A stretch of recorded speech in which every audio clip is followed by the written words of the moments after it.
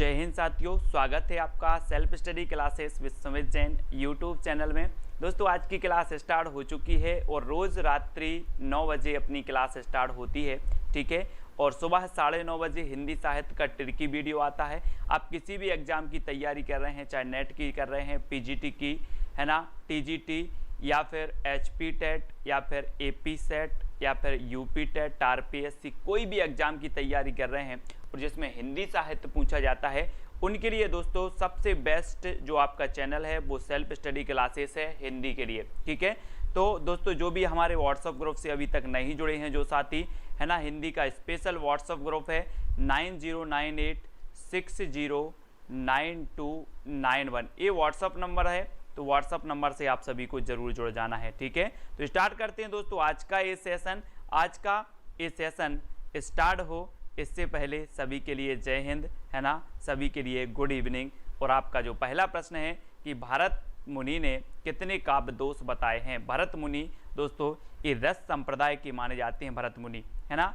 और भरत मुनि ने कितने काव्य दोष बताए हैं ये बताना है हमें प्रश्न क्रमांक 331 का। और सभी लोगों को पता है ना, अधिकांश लोग जानते हैं कि जो भरत मुनि थे इन्होंने जो बताए हैं वो कितने बताए, 10 दोष बताए हैं काव्य के और 10 ही क्या बताए हैं, गुण बताए हैं। अब याद रख लेना, 10 दोष और 10 गुण बताए हैं किसने, भरत मुनि ने, ठीक है। ये चीज सभी लोग याद रखेंगे। रस संप्रदाय के प्रवर्तक माने जाते हैं भरत मुनि, है ना। आशु गोंडवाल जी ये हमारी नए ज्वाइन मेंबर हैं, है ना, आशु गोंडवाल जी, इनके लिए बहुत बहुत धन्यवाद।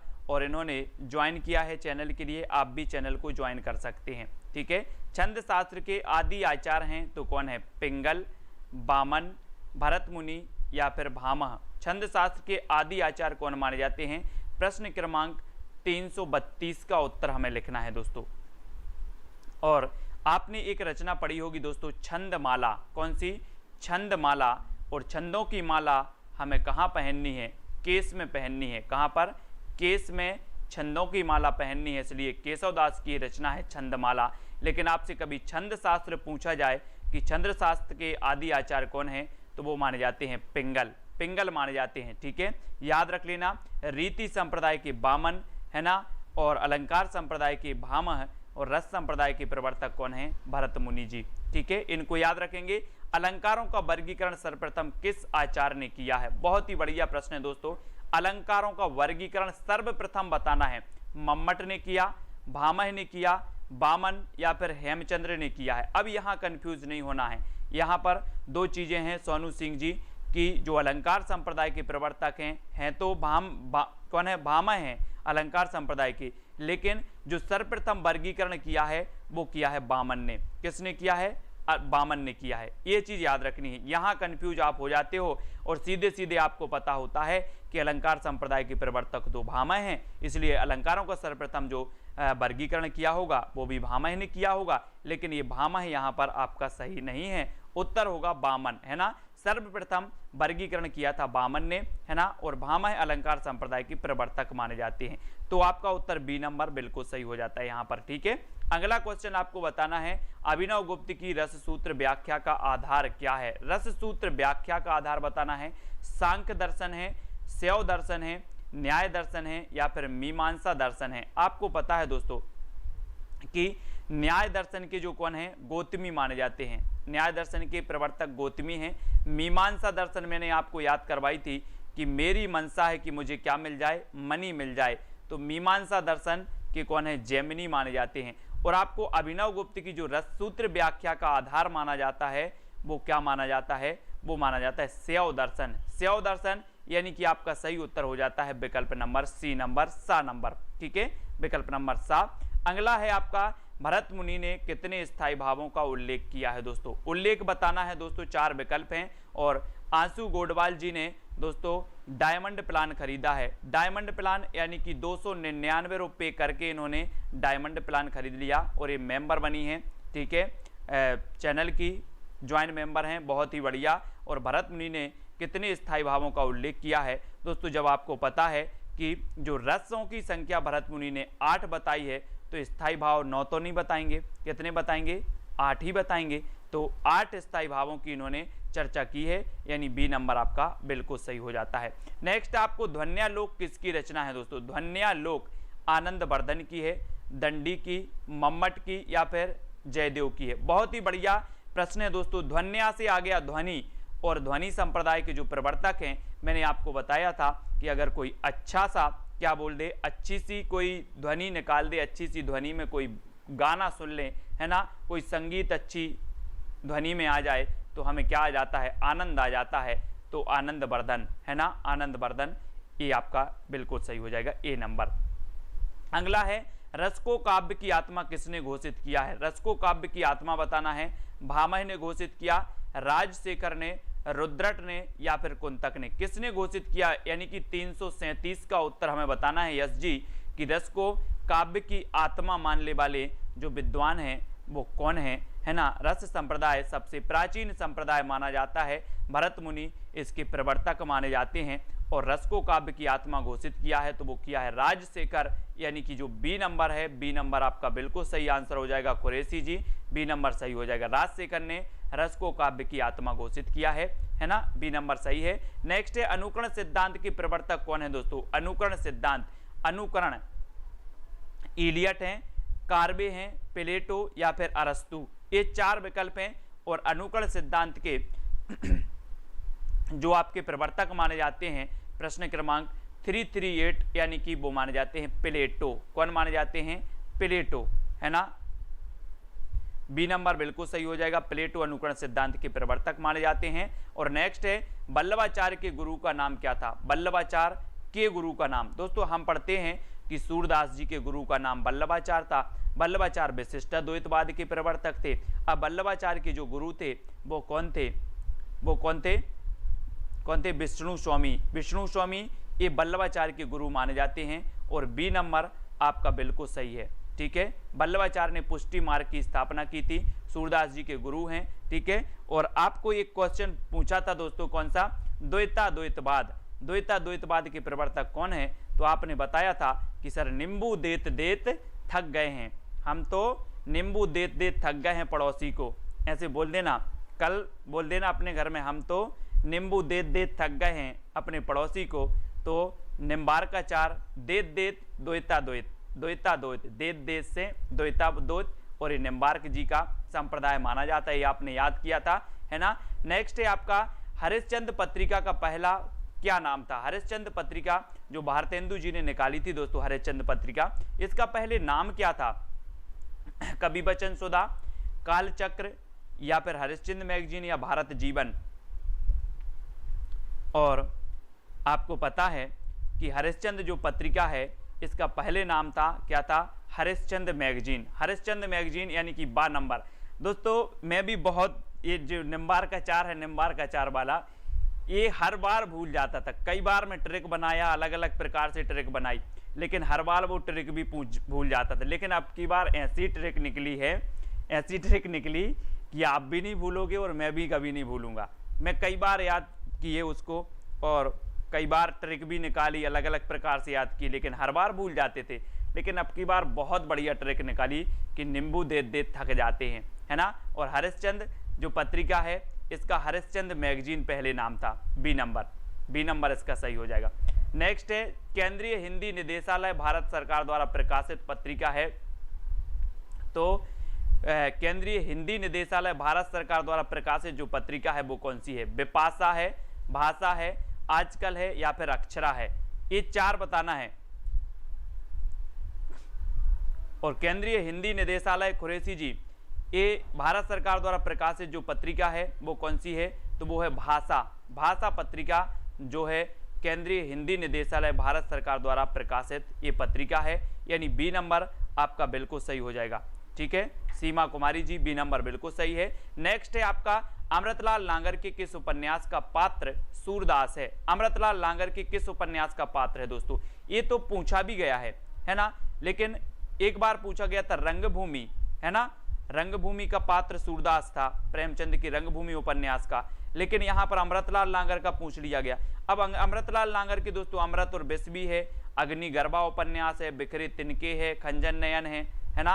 और दोस्तों आपको पता है कि खंजन नयन में सूरदास की जीवन से संबंधित है खंजन नयन, और इसका जो पात्र है वो कौन है, सूरदास है। सूरदास यानी बी नंबर इसका बिल्कुल सही हो जाएगा, बी नंबर। ठीक है, खुशी शर्मा जी बी नंबर बिल्कुल सही है। नेक्स्ट आपको बताना है दोस्तों, यहाँ पर हिंदी साहित्य का फिर अपन शुरुआत कर लेते हैं। डॉक्टर रामकुमार वर्मा ने संधि काल के अंतर्गत किस साहित्य का विवेचन किया है, किस साहित्य का विवेचन किया, यानी कि 343 का उत्तर नाथ साहित्य का किया है ना, जैन साहित्य का, सिद्ध जैन साहित्य या लौकिक साहित्य, संधि काल के अंतर्गत यानी कि 343 का उत्तर।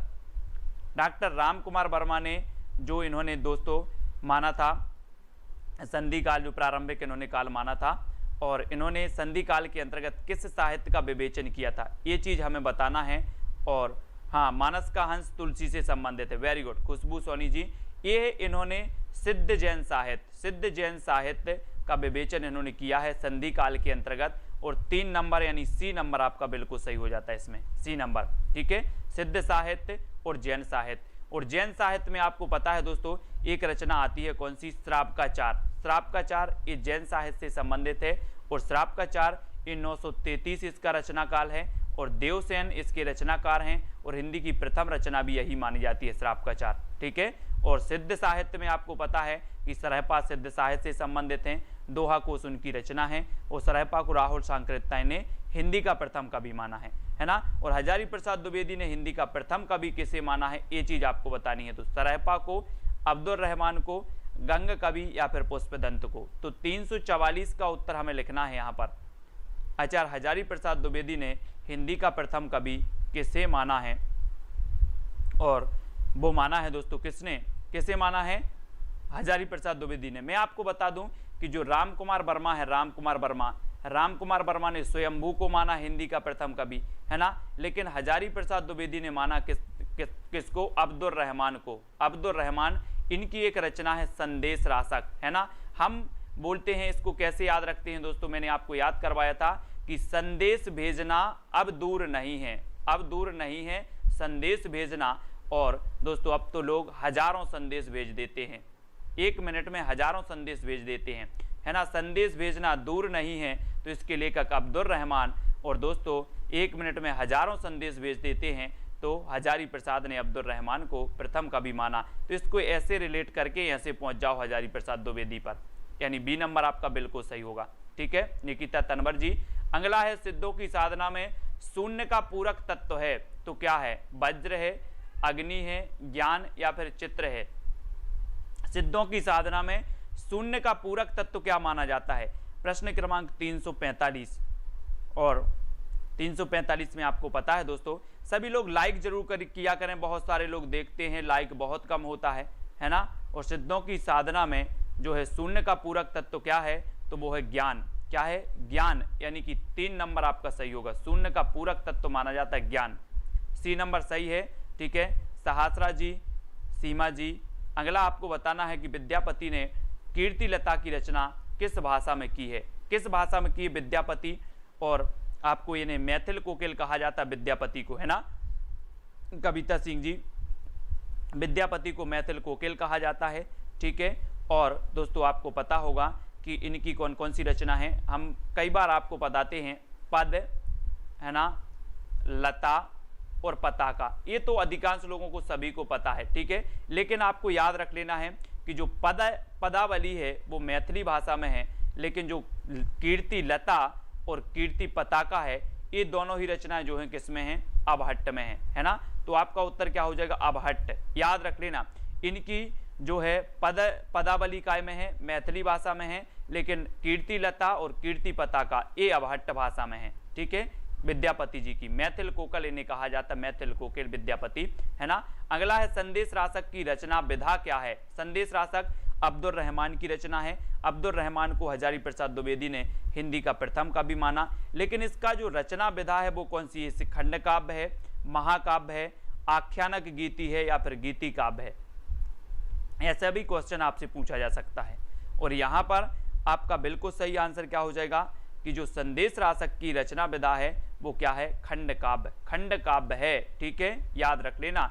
और दोस्तों आप हजारों संदेश कई खंडों में भेजते हो, आप हजारों संदेश कई खंडों में भेजते हो। हजारों से बनेगा दोस्तों हजारी प्रसाद द्विवेदी, है ना। और हजारी प्रसाद द्विवेदी ने अब्दुल रहमान को प्रथम कवि माना और इनकी रचना है संदेश रासक, है ना। और संदेश रासक दोस्तों आपको पता है एक खंड काव्य है, खंड काव्य। तो आप याद रख लेना कि जो हजारों संदेश हैं अब हम कई खंड में भेजते हैं, तो संदेश रासक का काव्य रूप खंड काव्य हो जाएगा, है ना। अब्दुल रहमान की रचना, और हजारी प्रसाद द्विवेदी ने अब्दुल रहमान को हिंदी का प्रथम कवि माना। तो इतनी चीजें आपको यहीं से और याद हो जाती हैं, बिल्कुल सरल रूप में याद हो जाती हैं। मिश्र बंधु विनोद में हिंदी साहित्य के इतिहास को कितने कालों में विभाजित किया गया दोस्तों? मिश्र बंधु विनोद में बताना है कितने कालों में विभाजित किया गया।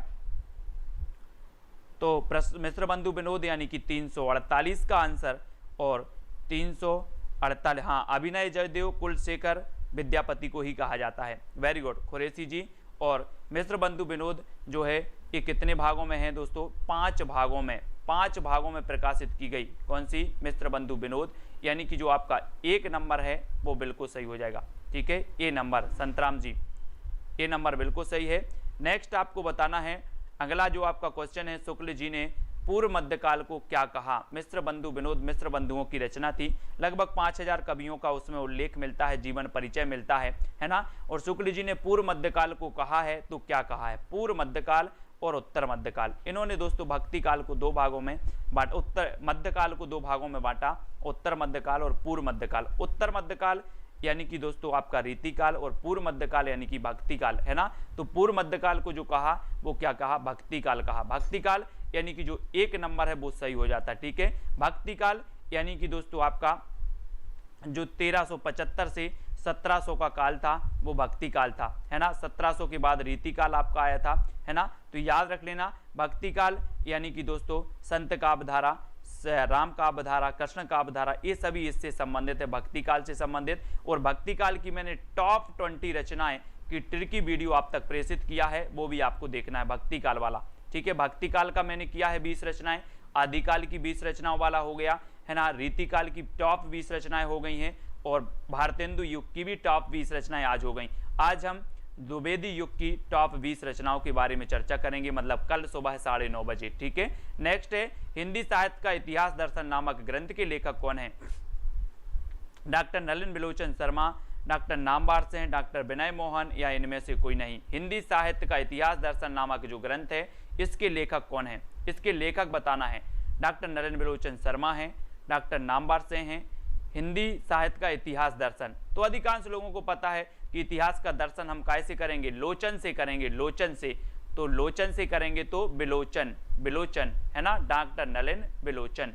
तो ये नंबर आपका बिल्कुल सही हो जाता है, ए नंबर।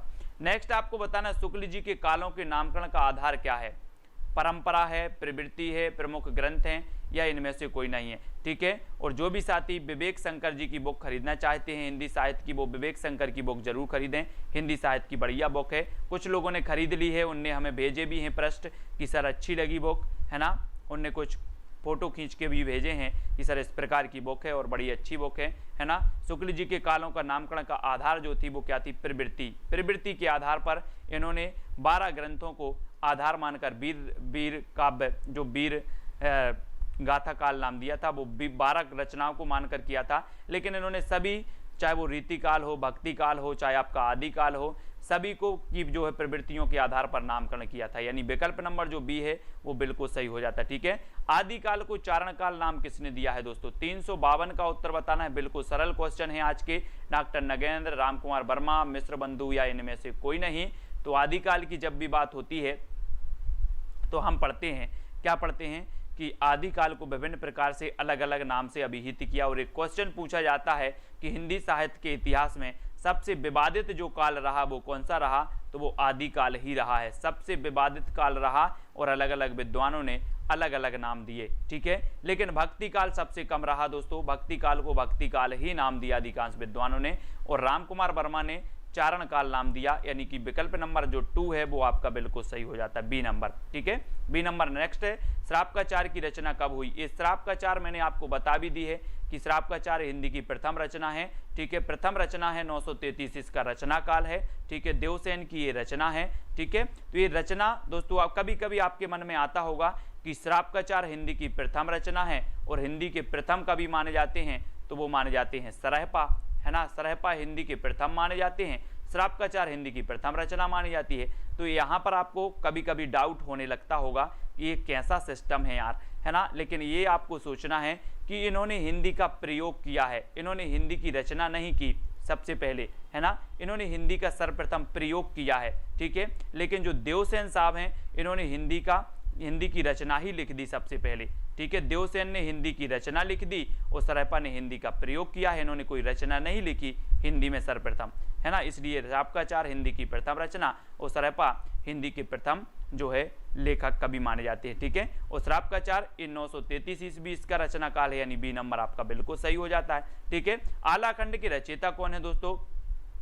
आलाखंड, हाँ, उन्होंने संधि काल भी नाम दिया है, इस चारण काल के पूर्व के काल को उन्होंने नाम संधि काल नाम दिया। 750 से 1000 के काल को संधि काल नाम दिया और 1000 के बाद का जो है, ठीक है। और आपको बताना है आलाखंड के रचयिता कौन है? चंद्रबरदाई, जगनेक, स्वयंभू या फिर शिवानंद जी। आलाखंड के रचयिता, आलाखंड जिसे कि दोस्तों परमाल रासो भी कहा जाता है। मैंने आपको याद करवाया था कि परमाल यानी कि दूसरों का माल, दूसरों की कोई सामग्री अगर कोई चुराता है तो वो जगता है। चोर क्या करते हैं? दूसरों की सामग्री चुराते हैं तो रात में जगते हैं, तो जगते से आपका क्या बनेगा? जगते हैं तो जगनेक, जगनेक पड़ेगा। और आला दोस्तों आपको पता होगा कि गाँव में आला पढ़ते हैं, आला पढ़ते हैं रात रात जगकर, रात रात जगकर लोग आला पढ़ते हैं, तो जगकर पढ़ते हैं तो जगनेक, ठीक है, याद रख लेना। और इस जग में आला का बहुत प्रताप है दोस्तों, आला का, ठीक है। अगला आपको बताना है भविष्यत कहा के रचनाकार कौन है? भविष्यत कहा अब्दुल रहमान, रहीम, धनपाल या फिर स्वयंभू। भविष्यत कहा ये हमने कल ही रचना कल भी पढ़ी थी कि भविष्य में हमें धन की चिंता होती है, भविष्य के लिए हम धन का संग्रह करते हैं, तो भविष्यत कहा कि रचनाकार कौन है? धनपाल, धनपाल हैं। अपभ्रंश के व्याकरणाचार्य भी माने जाते हैं, ठीक है ना। हेमचंद्र माने जाते हैं अपभ्रंश के, हेमचंद्र व्याकरणाचार्य माने जाते हैं। धनपाल की रचना है भविष्यत कहा, यानी 3 नंबर आपका यहाँ पर बिल्कुल सही हो जाता है, ठीक है, 3 नंबर। अगला क्वेश्चन है मिश्र बंधु 3 भाई में से नहीं है तो कौन नहीं है? दोस्तों मिश्र बंधु ये 3 भाई थे और तीनों जो भाई थे मिश्र बंधु नाम से लिखते थे, है ना। मिश्र बंधु विनोद इन्होंने ये रचना की है, 5 खंडों में प्रकाशित हुई मिश्र बंधु विनोद। और मिश्र बंधु विनोद में कौन नहीं है ये आपको बताना है। श्याम बिहारी मिश्र नहीं है, गणेश बिहारी मिश्र नहीं है, सुखदेव बिहारी मिश्र नहीं है या फिर कृष्ण बिहारी मिश्र नहीं है। तो ये 4 में से सही उत्तर क्या हो जाएगा? मधुराज जी, उत्तर हो जाएगा आपका 356 में कि कौन से नहीं है? कृष्ण नहीं है ना। श्याम, गणेश, सुखदेव, मैंने आपको याद करवाया था, श्याम, गणेश, सुखदेव, सुखदेव, ये आपकी एक ट्रैक है मिश्र बंधुओं की, ये क्वेश्चन पूछा जाता है। श्याम, गणेश, सुखदेव, ऐसे याद कर लेना है, ठीक है। श्याम, गणेश, सुखदेव ये मिश्र बंधु हैं, ठीक है। तो आपका डी नंबर बिल्कुल सही हो जाएगा, डी नंबर। नेक्स्ट है आदिकाल को बीज वपन काल की संज्ञा किसने दी है? और मैंने आपको कई बार बताया है कि जो बीज बोए हैं, अहिंसा के बीज बोए हैं, किसने? महावीर भगवान ने अहिंसा के बीज बोए हैं और अहिंसा का हम पालन करते हैं, मतलब किसी भी चीज की हिंसा नहीं करते। इस पृथ्वी पर आए हुए प्रत्येक प्राणी को जीने का अधिकार है, चाहे वो चींटी हो, चाहे एक छोटा सा कोई जीव जंतु हो, सबको जीने का अधिकार है ना। और यही महावीर स्वामी ने बताई कि आप अहिंसा का पालन करो, जिस प्रकार से आप जीना चाहते हो ऐसे ही सारे जो भी हैं क्या हैं, सारे लोग क्या करते हैं? जीना चाहते। गुरु शिष्य की मैंने वीडियो नहीं लाई, क्या अभी ला देंगे, है ना। बीज वपन काल ये महावीर प्रसाद द्विवेदी, यानी 3 नंबर, ठीक है, महावीर प्रसाद द्विवेदी, सी नंबर आपका सही है। आदिकाल का मेघदूत किस रचना को कहा जाता है? किस रचना को कहा जाता है आदिकाल का मेघदूत? और मेघदूत आपको पता है दोस्तों, ये मेघदूत जो है कालिदास जी की रचना है मेघदूत, है ना। मेघों को दूत बनाकर भेजते हैं, मेघों को दूत बनाकर भेजते हैं, संदेशा भेजते हैं, है ना। और दोस्तों ये आदिकाल का मेघदूत जो रचना कही जाती है, बहुत ही बढ़िया प्रश्न है, इंपॉर्टेंट प्रश्न है। वो रचना कही जाती है कौन सी? संदेश राशक, संदेश राशक ये आदिकाल की मेघदूत कही जाती है, इसको सभी लोग याद रख लेना। संदेश राशक अब्दुल रहमान जी की रचना है ना। और दोस्तों अब्दुल रहमान को हजारी प्रसाद द्विवेदी ने हिंदी का प्रथम कवि माना है। और संदेश राशक ये खंड काव्य है और आदिकाल का मेघदूत भी इसे कहा जाता है, यानी कि जो आपका ए नंबर है वो बिल्कुल सही हो जाता है, ए नंबर, ठीक है। अब अगला क्वेश्चन आपको बताना है आदिकाल काव्य रूढ़ियों एवं परंपराओं को समझने के लिए कौन सा ग्रंथ उपयोगी है? काव्य रूढ़ियों एवं परंपराओं को समझने के लिए बताना है कि कौन सा जो है ग्रंथ उपयोगी है? राउल बेल है, वर्ण रत्नाकर है, बसंत विलास है या फिर प्राकृत पेंगलम है? तो प्रश्न क्रमांक 359 में से हमें चयन करना है। सुबह अपना 9:30 बजे टिर्की वीडियो होता है। कल आने वाला है द्विवेदी युग की टॉप 25 रचनाएं। टॉप 25 रचनाएं यानी कि टॉप आपको करवा रहे हैं जो एग्जाम में पूछी जाती हैं, है ना। तो टॉप 25 रचनाएं हैं। उसके बाद आपको पंक्तियां भी याद करवाएंगे इसी प्रकार से, भारतेंदु युग की पंक्तियां, है ना, भक्ति काल की पंक्तियां, रीति काल की पंक्तियां, अलग अलग पंक्तियां भी आपको महत्वपूर्ण करवाएंगे, है ना। और आदिकाल काव्य रूढ़ एवं परंपरा को समझने के लिए कौन सा ग्रंथ है? तो प्राकृत पेंगलम है। और ये प्राकृत पेंगलम पता है किसकी रचना है? ये लक्ष्मीधर की रचना मानी जाती है, ठीक है। तो याद रख लेना प्राकृत पेंगलम, यानी डी नंबर आपका बिल्कुल सही है। हिंदी साहित्य के आदिकाल को सिद्ध सामंत युग किसने कहा है? ये आपको कमेंट में लिखना है।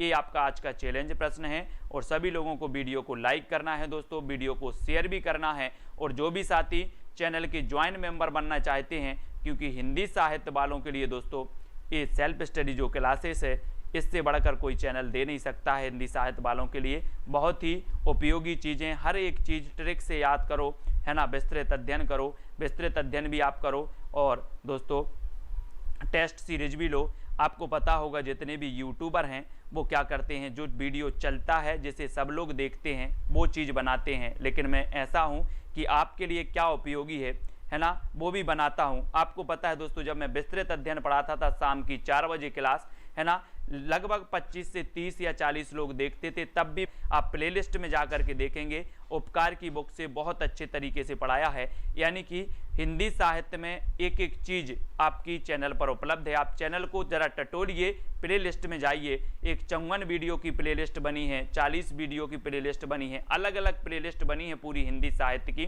तो आप पढ़ें और वीडियो को लाइक करें। और ये हिंदी ट्रिक वाली वीडियो भी आपकी बनी है, ट्रिकी वीडियो भी बनी है। इसकी प्लेलिस्ट है हिंदी साहित्य ट्रिक्स, तो वो वाली बनी है। और रात में जो अपनी ये टेस्ट सीरीज बनी, इसकी भी मैंने प्लेलिस्ट बना दी है। तो सभी लोग चैनल को सपोर्ट जरूर करें दोस्तों, है ना। वीडियो को लाइक और शेयर जरूर करें। आपका ट्रिकी वीडियो मैं कैसे बनाता हूँ, कैसे ट्रिक निकालता हूँ, अलग अलग प्रकार से कोई भी ट्रिक निकालने में एक समय लगता है ना, समय लगता है। और समय के बाद जब ट्रिक निकलती है फिर वीडियो आप तक प्रेषित किया जाता है ना। बहुत सारी चीज़ें जब दोस्तों कर सकते हैं जब आप लोगों के लिए, तो आप लोग इतना भी नहीं कर सकते कि सर के लिए सपोर्ट करें, सर के चैनल को सपोर्ट करें, ज्वाइन मेंबर बने, है ना। ज्वाइन मेंबर आप अगर बन जाते हैं तो चैनल का सपोर्ट होता है। बहुत सारे लोग चैनल पर आते हैं, है ना। यूट्यूब चैनल को ऊपर उठाता है, और ऊपर उठाता है तो दोस्तों चैनल ऊपर और ऊपर जाता है। तो इसलिए चैनल को सपोर्ट करते रहें, वीडियो को लाइक करें, ज्वाइन मेंबर बने, है ना। इसी प्रकार से अध्ययन मैं आप तक कभी मुँह नहीं मोड़ने वाला,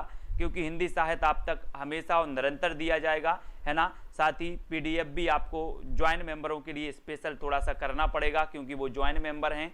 उनके लिए कुछ अलग से आज मैं एक ग्रुप बना दूंगा, जो ज्वाइन मेंबर का ग्रुप होगा उनके लिए कुछ अलग से देना पड़ेगा, पीडीएफ वगैरह और भी साथी, है ना। वैसे पीडीएफ तो मैं सभी को दे देता हूँ, टेलीग्राम ग्रुप में डाल देता हूँ तो सभी के लिए पहुँच पाता है। लेकिन ज्वाइन मेंबर के लिए कुछ स्पेशल हमें खुद करना होगा, क्योंकि वो चैनल के लिए सपोर्ट कर रहे हैं तो हमें उनका भी सपोर्ट करना पड़ेगा, ठीक है। तो आप लोग जुड़ें, वीडियो को लाइक और शेयर अवश्य करें दोस्तों, ठीक है। तो आज के वीडियो के लिए बस इतना ही। पिंकी जी, प्रदीप जी शर्मा और दारसू जी, है ना, कुमारी और अनिल मराबी जी, खुशी शर्मा जी, पंकज जी, दारसू और फदीम खान जी, ठीक है,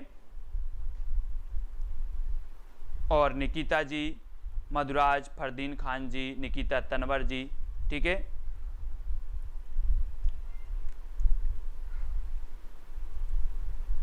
नहीं, ऑटो नहीं कटेगी, ऑटो किसी प्रकार से नहीं कटेगा जब तक आपका कोई परमिशन नहीं होगी, जबकि ऑटो किसी भी प्रकार से आपकी पेमेंट नहीं कटेगी, है ना।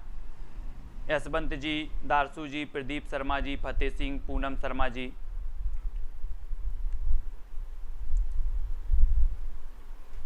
पवनेश जी, निकिता जी, मधुराज, फतेह सिंह जी, आशु गोंडवाल जी, दारसू, फदीम, दक्ष जी, पंकज सिंह जी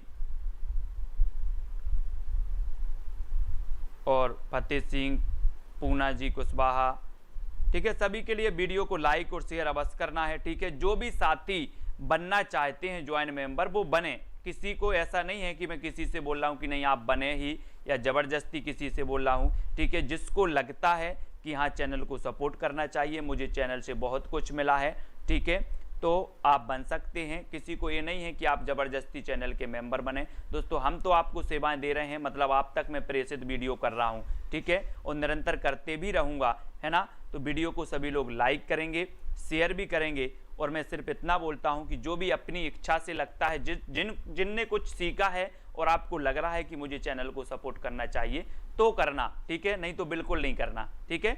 ऐसा बिल्कुल नहीं बोल रहा कि आप करें ही, ठीक है। वीडियो को सभी लोग लाइक और शेयर करना है, ठीक है, और ग्रुप से जरूर जुड़ना है। जो भी साथी नहीं जुड़े हैं 9098609291 ये आपका दोस्तों क्या है, ग्रुप नंबर है, तो ग्रुप से आप जरूर जुड़ जाएं, ठीक है। तो आज के वीडियो के लिए बस इतना ही।